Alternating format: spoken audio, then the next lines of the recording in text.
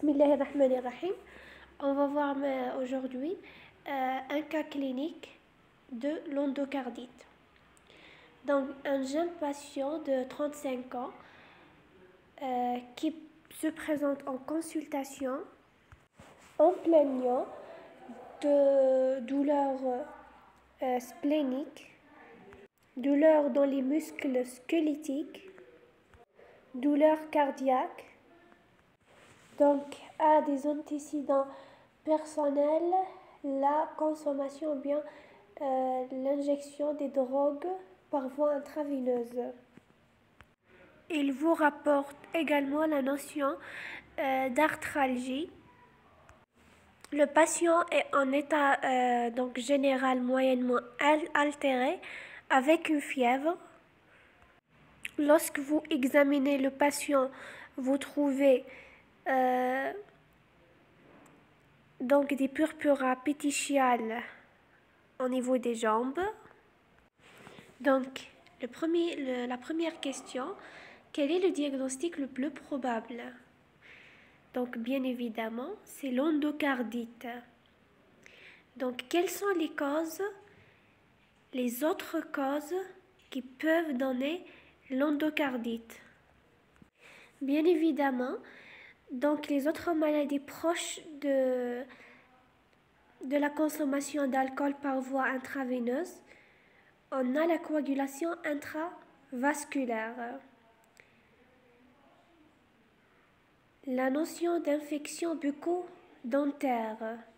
Infection bucco-dentaire. La prothèse valvulaire cardiaque. Donc, l'immunodépression, l'hémodialyse et le diabète. Et enfin, on a les maladies congénitales, par exemple, la cardiomyopathie congénitale obstructive. Et la troisième question et la dernière question, c'est quoi votre prise en charge? Donc, premièrement, il faut compléter l'examen clinique par l'examen des autres appareils. Par exemple, l'examen de l'appareil ORL, digestif, urogénital et cutané à la recherche de portes d'entrée. Deuxièmement, il faut demander les examens paracliniques ou bien complémentaires. Il faut compléter par donc l'examen clinique clé dans les endocardites, c'est l'hémoculture. Donc l'hémoculture, donc bien sûr la biologie, la vitesse de sédimentation, CRP, les neutrophiles, etc. Donc les autres sérologies, par exemple, sérologie VIH, sérologie de l'hépatite B, par exemple, et de l'hépatite C. Et la sérologie des toxicomanes. Et l'examen immunologique à la recherche des causes auto-immunitaires qui donne la notion d'endocardite idiopathique, qui est une entité très importante dans cette pathologie. Donc on a plusieurs cas qui souffrent d'une endocardite dont on ne connaît pas vraiment la cause. Et si on ne connaît pas la cause et on a fait l'examen immunologique, il est toujours négatif, il faut qu'on complète par l'histologie de l'endocardite infectieuse. On prélève un échantillon pour faire l'étude histologique.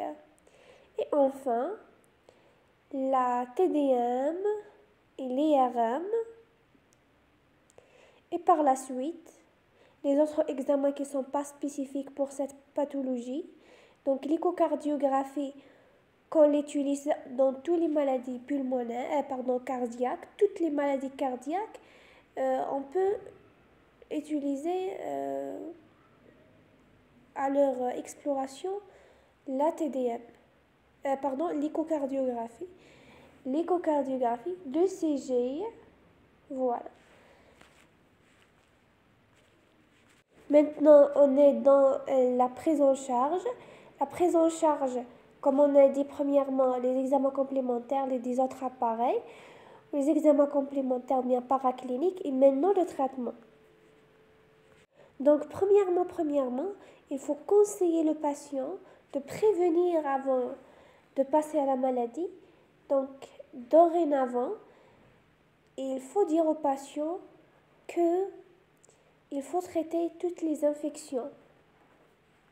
Deuxièmement, on va hospitaliser le patient. On ne peut pas traiter le patient comme ça à distance. Il faut l'hospitaliser. Donc l'hospitalisation dans les endocardites est nécessaire puisque ce sont des maladies mortelles. Je dis bien, ils sont mortels. Donc l'hospitalisation est très importante. Donc l'hospitalisation. Par la suite, on doit faire le traitement de la porte d'entrée, par exemple cutanée. Par la suite, on fait l'anticoagulant, comme on a dit, donc le mécanisme de dissémination, c'est par voie intraveineuse, par des coagulations intraveineuses.